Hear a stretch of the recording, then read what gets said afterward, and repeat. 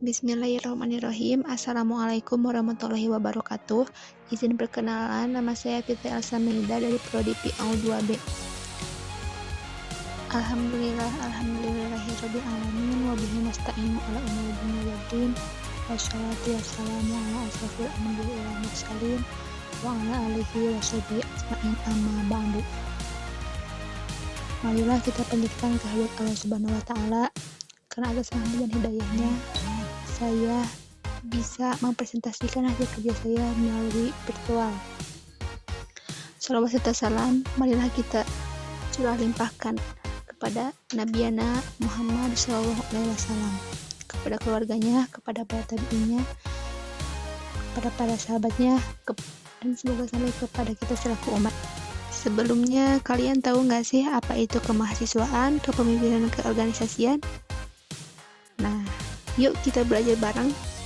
Sebelumnya mohon maaf ya apabila ada kesalahan dari penyampaian yang saya sampaikan.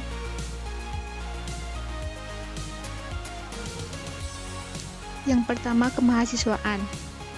Yang dimaksud dengan mahasiswa sekolah tinggi adalah mahasiswa yang terdaftar di sekolah tinggi dan merupakan bagian dari sivitas akademika sekolah tinggi. Bidang kemahasiswaan merupakan bagian dari sistem pendidikan tinggi yang mencakup proses perencanaan, pengorganisasian, pengaturan, pengelolaan, pengendalian, dan pendanaan mahasiswa, serta evaluasi kegiatan ekstrakurikuler yang meliputi pengembangan penalaran keilmuan mahasiswa. Dikatakan mahasiswa karena seorang mahasiswa memiliki tanggung jawab menuntut ilmu lebih tinggi dibandingkan seorang pelajar SMP maupun SMA, maupun pengertian mahasiswa menurut beberapa ahli. Hak dan kewajiban mahasiswa yang pertama, memperoleh perkuliahan dan praktikum serta layanan akademik lainnya. 2. Memanfaatkan sarana akademik dan fasilitas kampus yang ada. 3. Mendapat bimbingan dari dosen. 4. Memperoleh layanan informasi yang benar berkaitan dengan program studi. 5. Menyelesaikan studi lebih awal dari jadwal yang ditetapkan.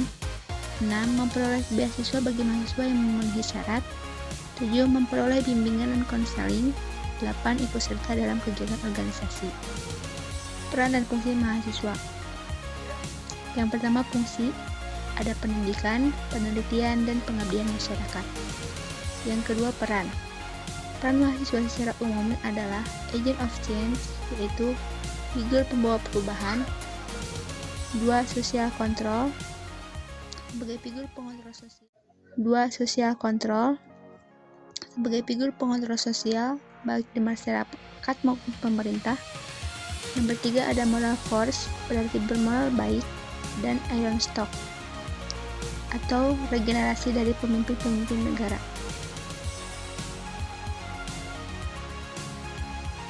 Tipe mahasiswa yang pertama, kupu-kupu, kuliah pulang.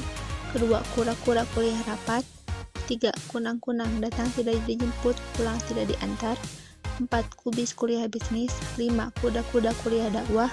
Ciri-ciri mahasiswa. Yang pertama, berusaha sukses dalam bidang akademik, aktif dalam organisasi, romantisme dalam dunia asmara, rakusir, rasional, analisis, kritis, universal, dan sistematis.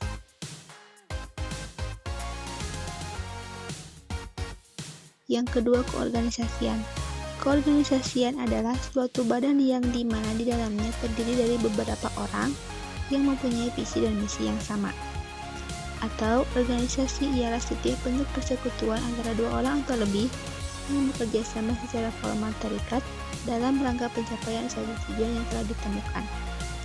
Syarat organisasi yang pertama, mengarahkan jalannya organisasi. Aturan yang dibuat untuk memaksa setiap orang yang tergabung dalam organisasi agar disiplin. Pengurus adalah yang menggerakkan langkah organisasi. Anggota adalah yang digerakkan, bukan dalam artian tidak memilih hak untuk bertindak. Jenis organisasi ada formal, non-formal, dan informal. Sifat organisasi dan komponen organisasi. Yang pertama, independen adalah organisasi yang berdiri sendiri. Dan kedua, non-independen adalah organisasi yang memiliki hubungan konstitusi dengan organisasi. Tugas dan fungsi organisasi. BEM, mewakili mahasiswa pada tingkat senat sekolah tinggi, mengkoordinasikan kegiatan berorganisasi kemahasiswaan dalam kegiatan ekstrakurikuler. HM bertugas merencanakan dan melaksanakan kegiatan ekstrakurikuler di tingkat sekolah tinggi. HMJ bertugas merencanakan dan melaksanakan garis-garis besar program kegiatan ekstrakurikuler yang ditetapkan oleh BEM.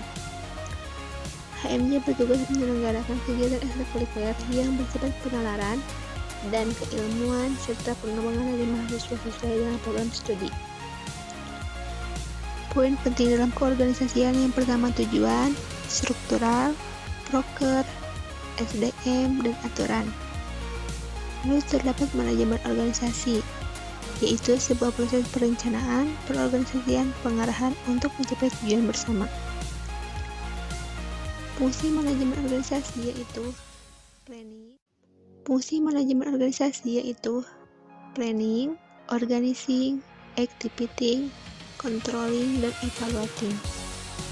Unsur-unsur manajemen organisasi yang pertama atau manusia, material atau bahan, chain atau alat, methods atau cara, money atau uang, dan market atau pasar memajukan nama brand. Prosedur pelaksanaan. Setiap organisasi kemahasiswaan yang akan melaksanakan kegiatan harus mengajukan proposal. Setiap organisasi kemahasiswaan yang akan melaksanakan kegiatan cukup memberitahukan secara tertulis kepada pimpinan. Dalam setiap penyelenggaraan kegiatan harus dibentuk kepanitiaan yang akan melaksanakan dan bertanggung jawab terhadap kegiatannya.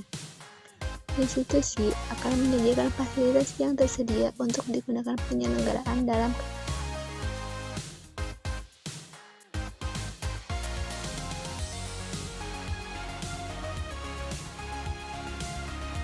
tertentu.